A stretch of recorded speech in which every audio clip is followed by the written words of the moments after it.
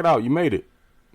Welcome to my corner of the Chargerverse, a.k.a. the Charge It to the Game, well, not really podcast yet. If you caught the introductory video over at the flight deck, then you know that eventually this is going to morph into a full long-form pod at some point. For the time being, just going to be a way for me to come to you guys on a week-to-week basis to chat about just any opinions and feelings, ideas, thoughts about any and everything Chargers. So I do appreciate you taking the time out to come and kick it with the guy for a few. Buckle up. I'm going to talk about this Bengals game this weekend.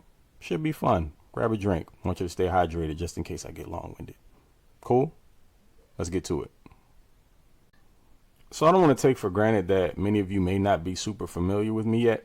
So disclaimer, I shoot straight from the hip because the land of denial is a very dangerous place to dwell. That said, man, this weekend's game scares me.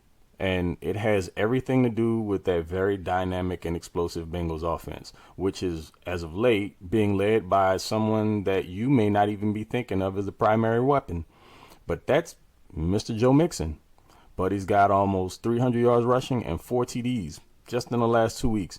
And Joe Burrow has had sort of an up and down season to this point, but most recently it's been on the upswing. It's because he has not been option 1A. And if you know anything about Zach Taylor and his time with the LA Rams during that Super Bowl run, he's starting to utilize some of the offensive concepts that they did. That offense was built off of outside zone and stretch with Ty Gurley and Jared Goff with play action off of it. And he would find literally free runners in the secondary seemingly all game long. It was almost kind of annoying, but the running game was so effective that linebackers had to commit to it, and there were gaps opened behind them at the second level, and DBs were having a hard day keeping up with that wide receiving core. So you're seeing some of that with the Bengals, who arguably have a more explosive wide receiving core than even that Rams team did. But now Mixon's kind of playing that Gurley role, and it's paying dividends. And Joe Burrow is experiencing some of his best passing games just in the last few weeks. He's got less attempts and fewer yards, but he's being much more efficient. The good thing about that, though, is Joe has a cocky streak to him. He fancies himself a gunslinger, but he doesn't necessarily have the arm to back it up. So there'll be some opportunities for the Chargers secondary to get their hands on some balls, and maybe create some turnovers and give some short fields to Herbert, which would be nice for a change. Those long drives that in some cases have resulted in no points aren't fun for anyone.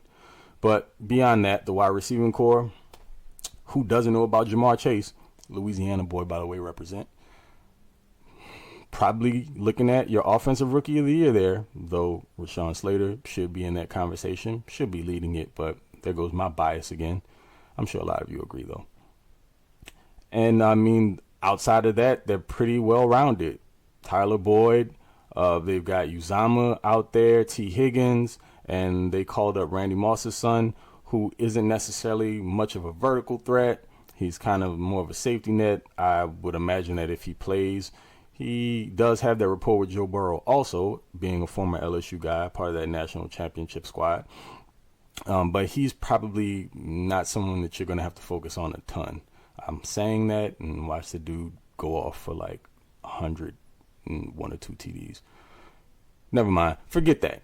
So anyway, the offense is definitely going to be difficult to contend with, particularly because of the news that we got in Brandon Staley's presser on Friday that Linval Joseph will not be playing on Sunday, which means more Jerry Tillery without Linval next to him to cover up some of his deficiencies.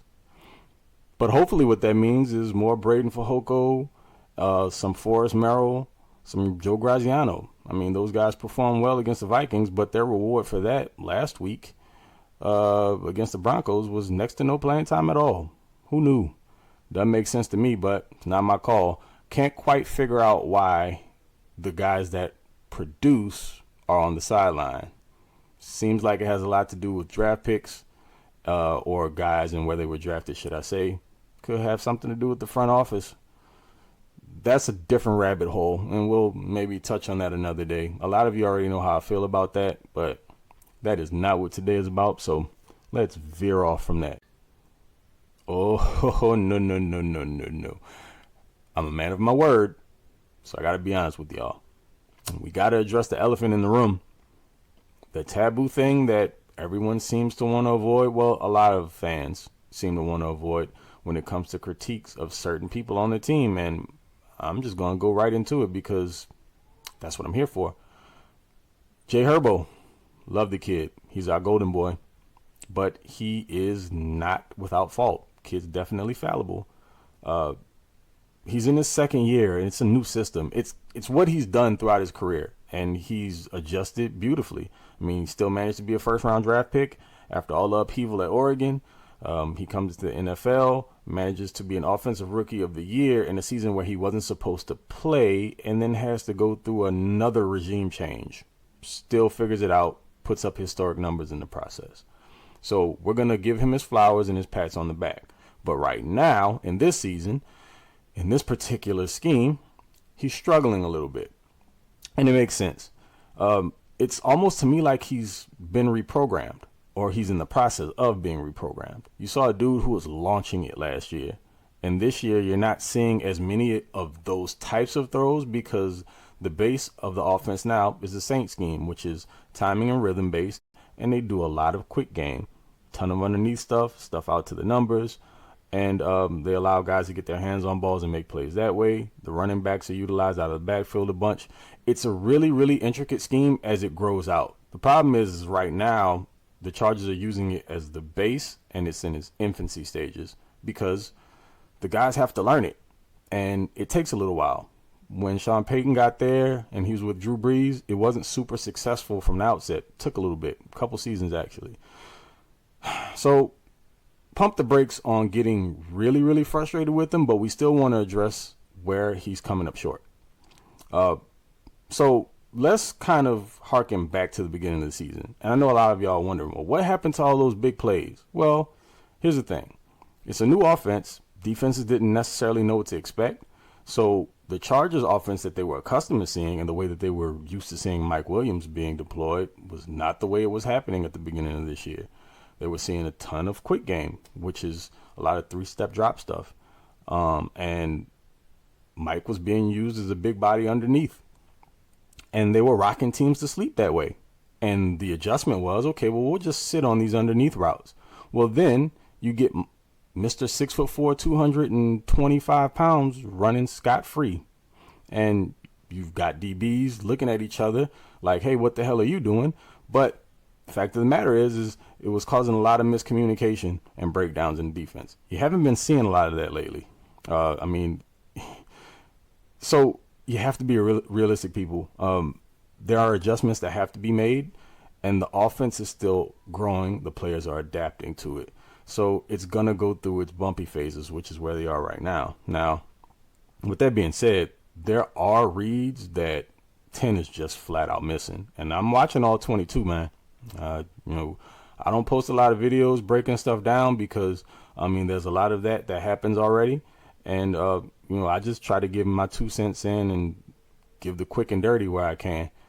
The fact of the matter is Herbo's reads are not great. And sometimes there are guys that are open deep and he just doesn't see them. It's like I said, feels like he's kind of being reprogrammed.